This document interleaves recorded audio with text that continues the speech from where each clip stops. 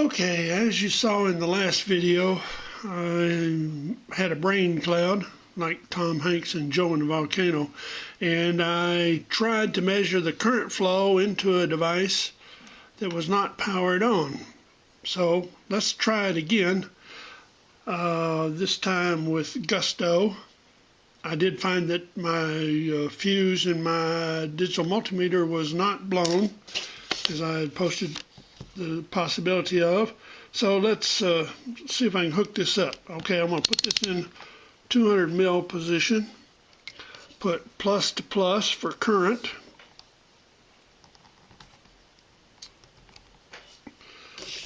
minus to minus for the other end, and okay, this is getting crowded in it. Whoops, I hear static, so it is on before I even get started. Let me turn it off. All right, let's see here. I've got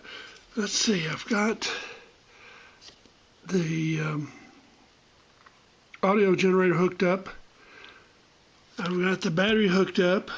It's powered off. I've got the current meter, and let me get it where you can read the value. And let's turn it on.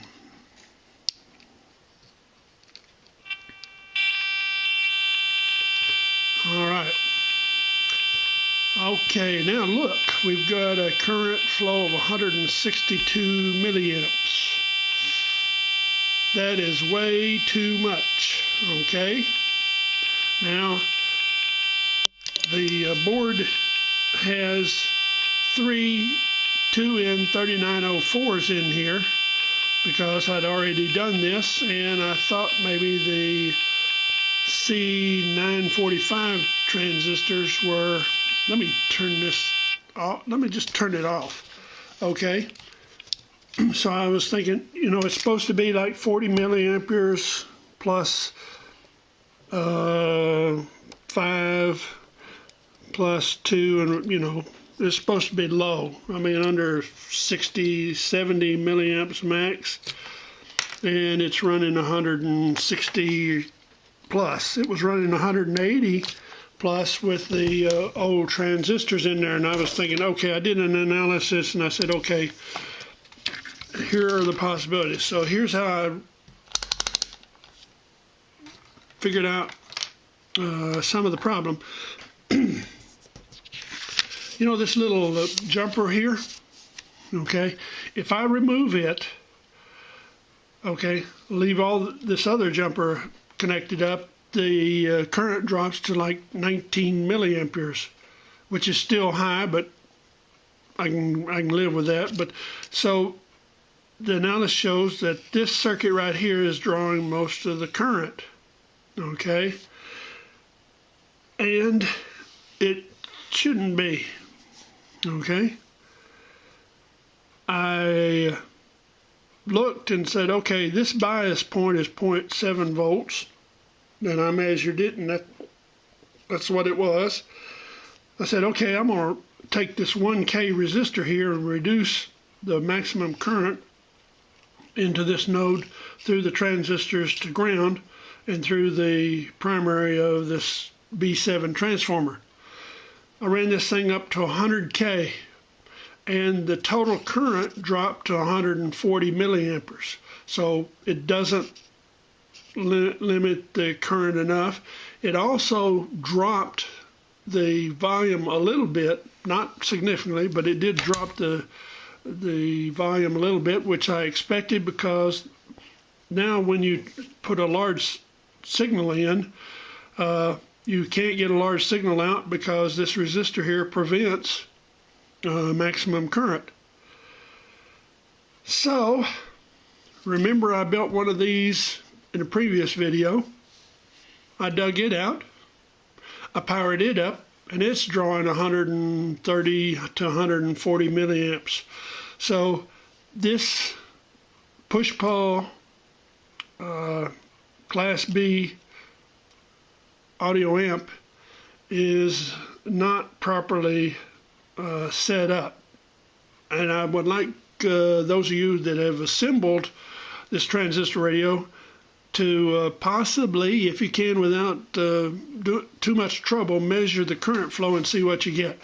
I am guessing that it's all over 100 milliamperes. I went to the manufacturer's website, and they no longer offer this receiver. They've got a new one called the HX108-2 AM, and they replaced all of this with an IC. I think it's the LM386. So evidently they found out about the problem or whatever.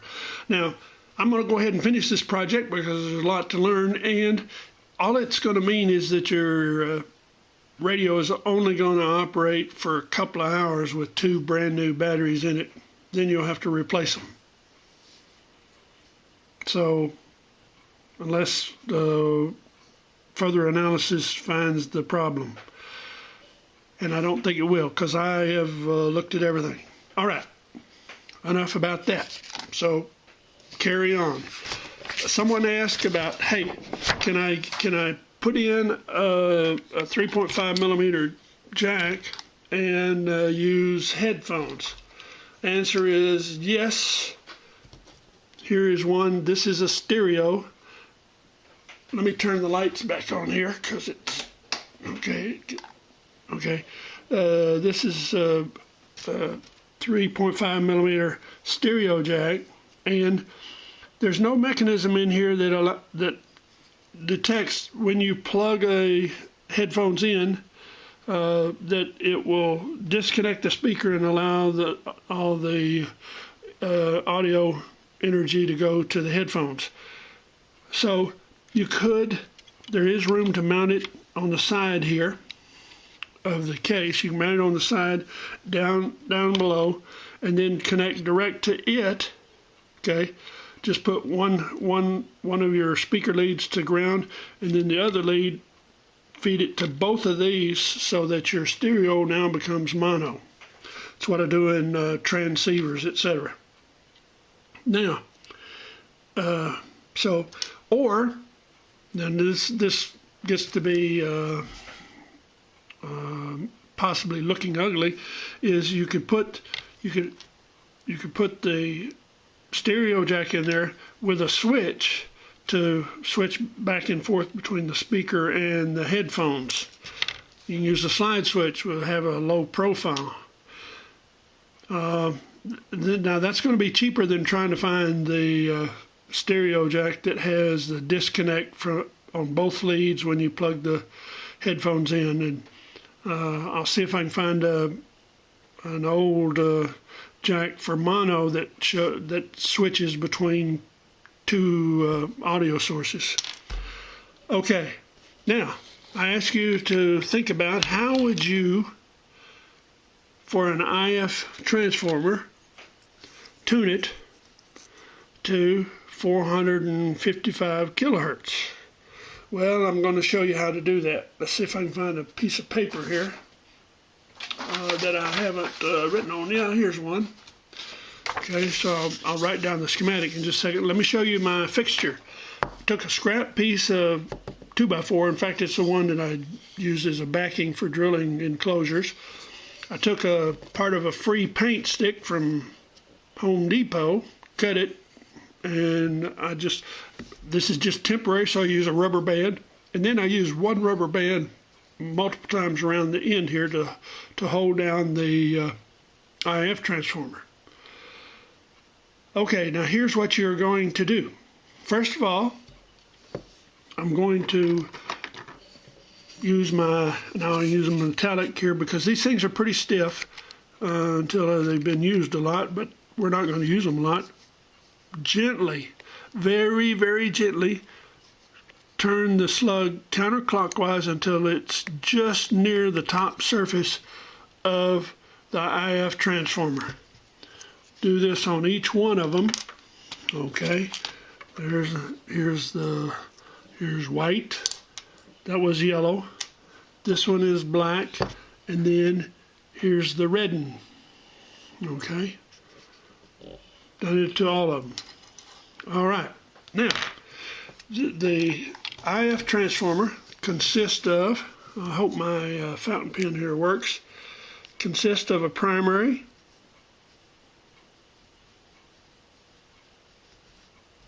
with a tap in the center, okay, the iron slug, and then the secondary. Got it? You're going to take a 455 kilohertz generator.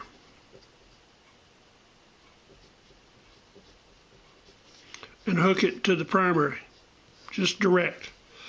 So you'll need a couple of alligator clips, and don't worry about, isolation and all the other stuff. This is just, we're going to get this in the ballpark.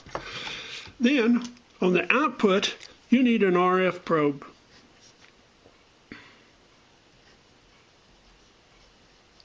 All right, if you do not have one, then you can do the research. Okay, lots of electronic books, Radio Amateur's Handbook, Experimental Methods in RF Design by Wes Hayward. You can use YouTube, but if you don't have a supply cabinet, let me show you just part of my supplies. Okay, and I have drawers and drawers of other stuff. Okay, so don't come and rob me, it's not worth it. Okay, the RF probe, if you don't have the way to build one yourself, you can get one for $10. Okay, from QRPguys.com, and I have one somewhere, and I'll try to dig it up. I'm going to have to dig it up to run this experiment. So, or you can use an oscilloscope, okay, something with high impedance here. And what you're going to do is you're going to take your metal screwdriver, okay, let's say it's hooked up, and you're monitoring the output voltage here. You're going to start turning this thing downward, and I would count the turns. Like, watch this. I'm going to make 360 degrees. There's one turn, and you just start rotating this down until you see, and it may be a pretty sharp peak. When you tune this thing to 455 kilohertz, the output voltage on the RF probe will reach a max. When you remove the screwdriver, you're going to find that it changes a little bit. Now you take your insulated super duper homebrew slug tuner. Whoops, I just twisted the, okay, and you'll just slowly home in on what you need. All right. Now, when you do this, do all three of the last three IF cans, the yellow, the white, and the black one. All right. For the red one,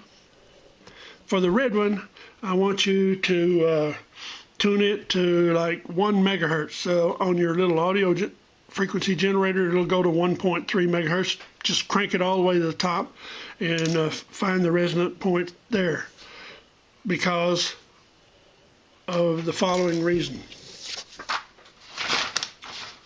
The way this circuit works, okay, if you remember, and I've mentioned this several times, we'll just do it until we get it memorized. Input signal comes in here.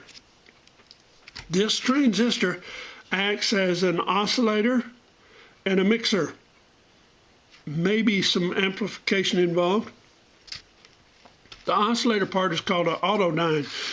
We're going to use an IF transformer in a kind of semi-regenerative state where the tuning is done by this L, and the C, it comes from the tuning capacitor, the large polyvaricon cap, okay?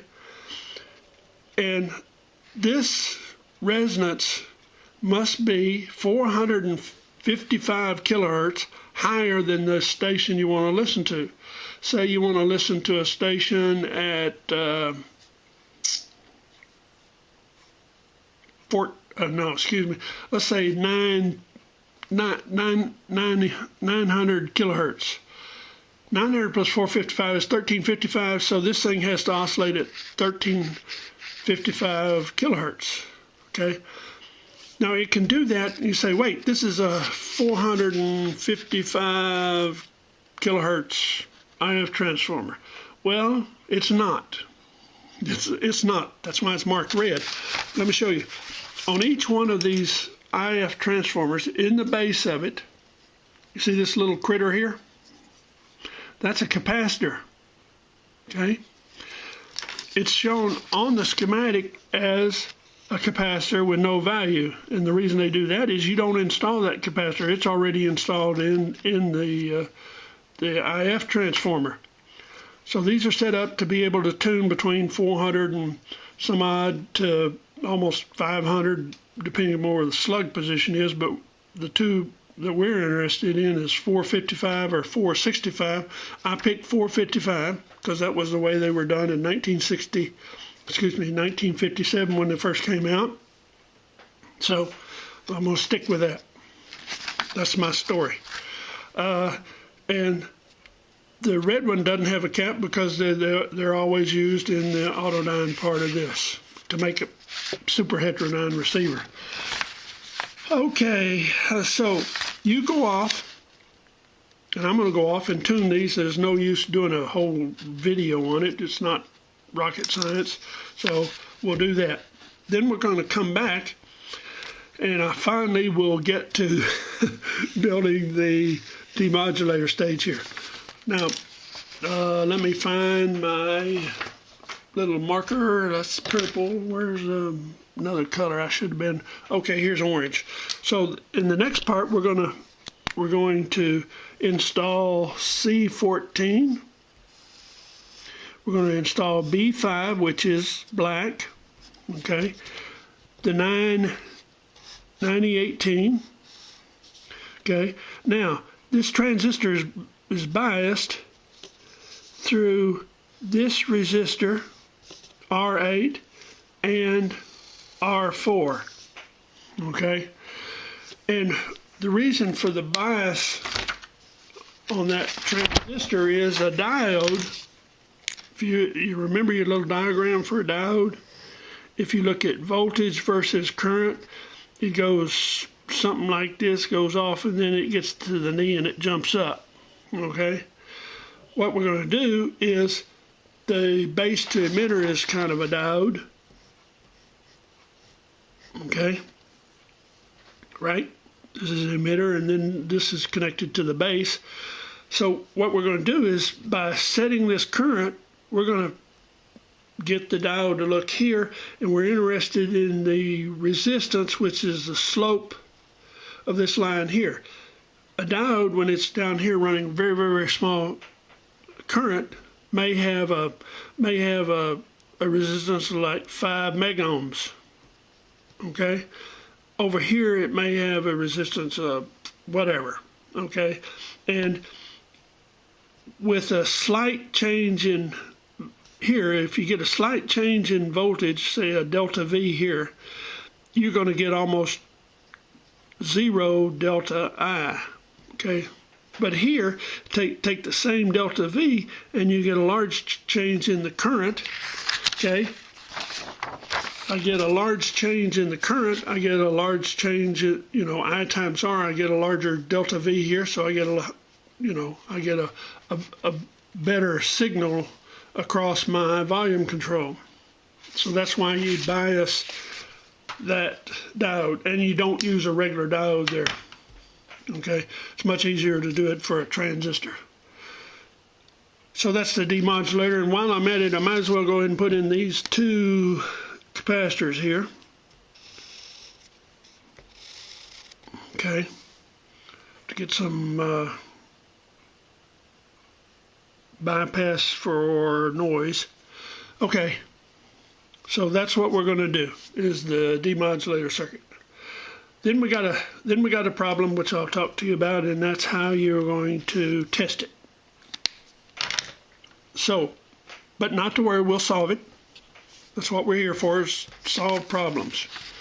Sometimes create them, but most of the time we're going to solve. So this is going to be step 2. I mean, I've gone through 4 videos to get to step 2. I'm just slow. So I hope you learned something there. I did.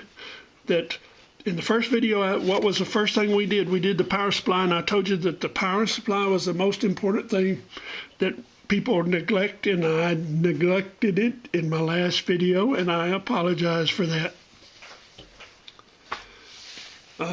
It's my video. Thank you very much for your time.